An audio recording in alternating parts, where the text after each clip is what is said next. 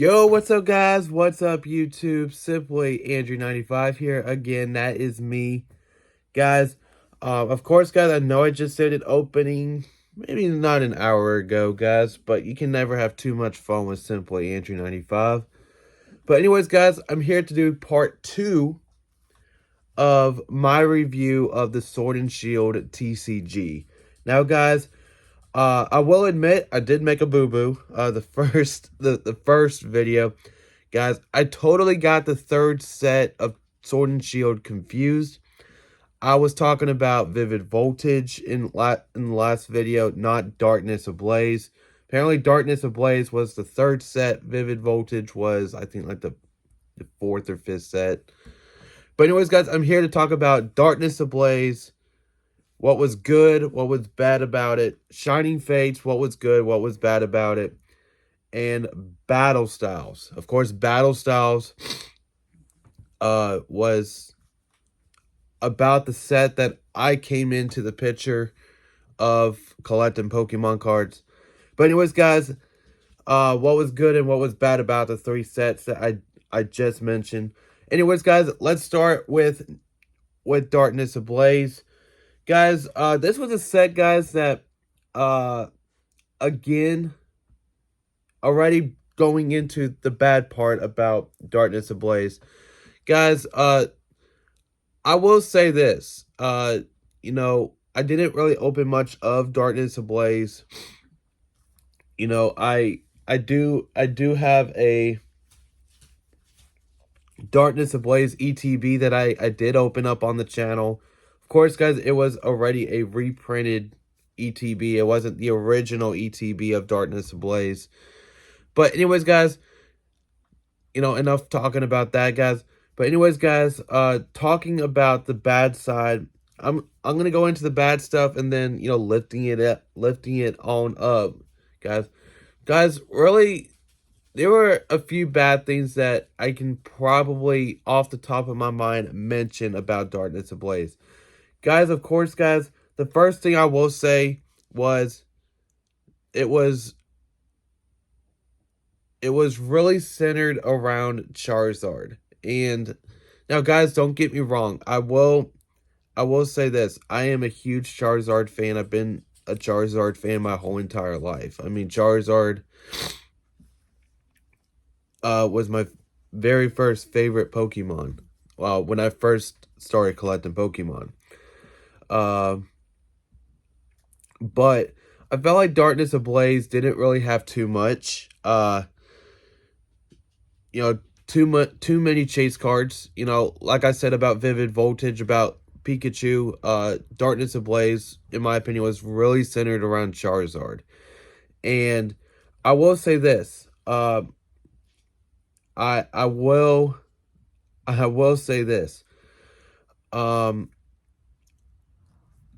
When you have a set, any set, you know, in any other TCG, centered around one thing, you know, it's not going to be a productive set. It's not going to be one of those sets that people are going to be like, oh my gosh, I need to get this set. I really need to buy it. Unless if you're a huge Charizard fan. But, now, guys, going into Champion's Path, because I was going to bring up this topic as well. Darkness Ablaze did not have a Rainbow Rare Charizard. You know, how a lot of sets will have, you know, just say like Charizard, for instance. They'll have a Charizard V, Charizard VMAX, maybe a Full Art Charizard, and a Rainbow Charizard at best, you know, during like the first few sets of Sword and Shield. You know, there was no such thing as alternate art Charizard or anything like that until Brilliant Stars. But, you know, I felt like Darkness Ablaze missed their point on Charizard. You know, they could have probably done another artwork of a Full Art Charizard. They could have done another artwork of Rainbow Charizard. You know, of course, guys, I think, you know, the Rainbow Charizard in Champion's Path could have been probably the rainbow they could have included in Darkness Ablaze. And also, guys, you know, there was a full art promo in the Champions Path ETB. I think could have been included in Darkness Ablaze. But anyways, guys, I think, you know, and another bad thing, guys, you know, the other Pokemon that I felt like were included into Darkness Ablaze, you know, I think you could have probably, you know, added something else, you know, besides, you know, like Salamence is an awesome Pokemon. I love Salamence.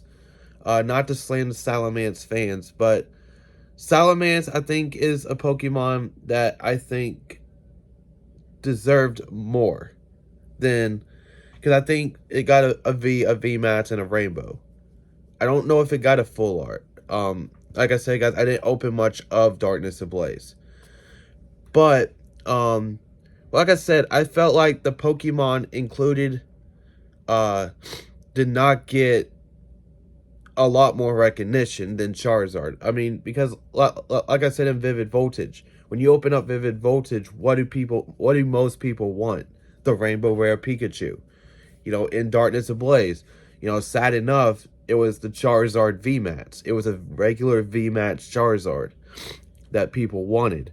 So, you know, I do feel like, you know, this is where I feel like Pokemon missed the boat with some of these early sets. And if you go back and watch part 1, you know, when I talk about Sword and Shield base, Rebel Clash, you know, now it should have been Darkness Ablaze, but I talked about Vivid Voltage. You know, I felt like Pokemon was trying to do too much on one Pokemon in each set. Then, you know, of course, the first 2 sets, Rebel Clash and Sword and Shield base, they missed the boat on Sword and Shield base. And like I said, go back and watch the first video, and I'll tell you what I thought about Sword and Shield and Rebel Clash. But like I said, guys, like I said, those are the bad things about Darkness Ablaze. Now going into the good things. Of course, guys, Darkness Ablaze, I thought really mixed in the title very well. And what I mean by that is, Eternatus and Charizard were the 2 Pokemon that were mixed in with this set. And guys, I'm sorry. Guys, I'm sorry. My mom's in the background, you know, talking. But anyways, guys, like I said, I thought they did a good job mixing in Eternatus and Charizard by Darkness with Eternatus and Ablaze with Charizard. I thought that was a good mix up. You know, of course, guys, Darkness Ablaze, like I said, was a set that, you know, like I said, I wish I had started collecting when Sword and Shield first came out, because that way I would have had a lot more knowledge of Darkness Ablaze. But like I said, Darkness Ablaze, I think, was a very good set because of the fact that they mixed in what the title was supposed to mean. Darkness with Eternatus, Charizard with the Ablaze. So like I said, guys, you know, I feel like the choice of Pokemon that they gave a V and a VMAX to was a good choice. But they did, like I said, this is a mix of good and bad on this comment. They did a good job of mixing in Charizard, Eternatus, Salamence, Grimmsnarl, Scizor, and Butterfree. I thought they did a good job with the choices. But the bad thing is they were all in on Charizard on this particular set. Now, let's go to Shining Fates. Shining Fates, guys, in my honest opinion, when I first saw the ETBs, when I first saw the collection boxes, the mini tins, and all that stuff first came out, I was like, this is redemption. Because, guys, of course, guys, when I wasn't collecting Pokemon, I missed out on Hidden Fates. Of course, Hidden Fates, guys, was by far an awesome set. It was a set that I had wished I had opened. But I felt like Shining Fates, already going into the bad thing, Shining Fates really didn't have, I will say this. Shining Fates, in my honest opinion, again, was centered around one card. And it was the shiny VMAX Charizard. Now, what I had wished, guys, is the shiny Charizard. My nose is probably running again, but anyways, guys, there was a shiny Charizard in Champion's Path that I will keep referring to, because I think Champion's Path really did not make that set go with 2 Charizards. But what I will say this, if they had included that shiny Charizard V that they put in Champion's Path and they put it in Dark Shining Fates, I felt like it could have been more of a good chance to pull a shiny Charizard. But, you know, I felt like in Shining Fates, I didn't like the selections for the shinies. You know, I didn't like a Grimmsnarl VMAX shiny. I did not like a Dedenne. I did not like, not Dedenne, Indeedee. You know, Lapras was a by far a good choice. I love Lapras. Ditto, I'm sorry to the Ditto people out there. Ditto was a horrible choice to put as a shiny. I honestly feel like Ditto is one of those cards that, I mean, look, don't get me wrong. I've seen the card. It looks beautiful, but I just did not like Ditto as a shiny. But, like, I just felt like Shining Fates missed out on maybe a shiny Eternatus, a shiny Zacian, shiny Zamazenta, especially since Sword and Shield was so early back then. They could have put in the legendary Pokemon for Sword and Shield. And that's where I feel like, you know, if you're gonna do a set that's involved in a certain generation of Pokemon, include the legendaries. Include the legendaries. And that's where I feel like Pokemon really missed the boat on Shining Fates. Now, Shining Fates, going into the good stuff now, did have some good, decent selections of Pokemon as shinies. Now, granted, you know, Suicune could have been a good Pokemon to choose as a full art shiny. But I still have not pulled the Suicune baby shiny card yet. But I'm thinking about buying it soon just to add to my collection. I love Suicune. Suicune is, you know, I've always loved the older legendary Pokemon like Raikou, Entei, Suicune, of course all the birds. But like I said, adding Charizard was a good selection. Of course, Charizard was still well known with Leon. Of course, Leon is one of the most well-known trainers in Sword and Shield. So having Charizard was a good selection on that one. But of course, like I said, going back into the negative, that Charizard V shiny could have been an awesome add instead of having it in Champion's Path. But like I said, guys, I feel like Shining Fates had some good selections, but it also did not have good selections. So, you know, I felt like if you added a shiny Eternatus, you know, of course Eternatus was the evil Pokemon that brought a shadow to Galar. And, you know, I felt like you could have added a shiny Eternatus. I know in Shining Fates there was a gold V and VMAX Eternatus, but you know, like I said, still just did not like it.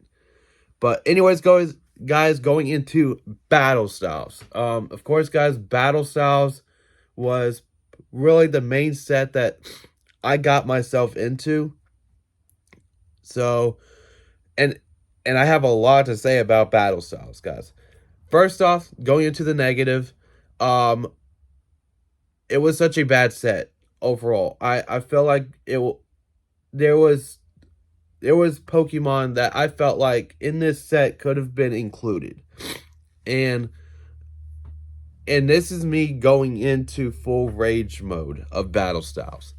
Because if you're going to say battle styles, there was a few Pokemon that I had in mind that should have been included into this set. And I felt like one of them was Hawlucha. Hawlucha was a Pokemon that I felt like would have been perfect for this set. And you know, Hawlucha was, you know, definitely one of Ash's Pokemon in X and Y, I believe. X and Y, Black and White. One of those generations. Don't slander me on that one, because like I said, I did not watch a lot of Pokemon during those generations. But I felt like Hawlucha, I felt like Machamp could have been included into this set somehow. You know, I felt like this was a set should have been well known for fighting Pokemon. And like the Urshifus, I think no doubt were meant to be in this set. You know, as battle styles, the Urshifus are, you know, fighting type Pokemon. So, you know, I felt like they did a good job on that. Tyranitar and Empoleon, I'm kind of like, why did you add them into the set? But, you know, going into the good thing, I'll tell you why they included them. But like I said, you know, I felt like if you're gonna include Empoleon into a set, I felt like Infernape and I already forgot the Torterra. Torterra, you could have at least included into the set, you know, maybe like as rares or something like that. You know, you and this is why, guys, I had so much hard time with Yu-Gi-Oh! Because Yu-Gi-Oh! They confused the whole thing with the 3 God cards. But anyways, guys, this is not Yu-Gi-Oh! This is Pokemon. But anyways, guys, like I said, they could have included Torterra. They could have included Infernape. I think Infernape would have been a huge addition to this set as well. You know, I just think, you know, Battle Style it was just not a good set overall. You know, I just think, you know, it was just too much hoopla mixed into one set, and I just didn't like it. But anyways, guys, going into the good stuff really quick, because, you know, I am at 18 minutes, and I really just did not want to make this video way too long.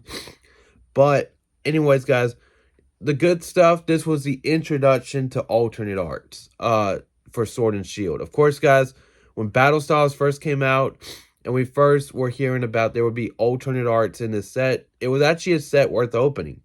You know, there was an Empoleon alternate art, alternate art Sleeping Tyranitar.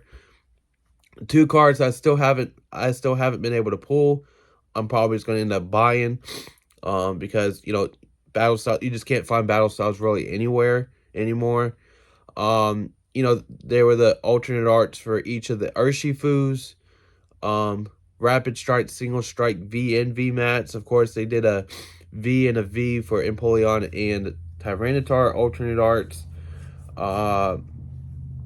You know, I think they did another alternate art for another Pokemon in the set. But I felt like, you know, the reason why to include Empoleon and Tyranitar was really because, You know, Tyranitar is one of those Pokemon, well-known Pokemon that I feel like definitely deserve to be in the set. But, you know, like I said, I felt like, you know, mixing one more bad and good into one is there was so many Pokemon that should have been included into this set. But like I said, guys, you know, I think really the best part about Battle Styles was really the introduction to Altarts. I think the Altarts really saved this set. Of course, guys, Battle Styles is also the beginning of a Sword and Shield set where the pull rates, in my opinion, got really hard to get those alternate arts. Of course, guys, if you're gonna include something like an alternate art, you're gonna make it very hard to pull. But like I said,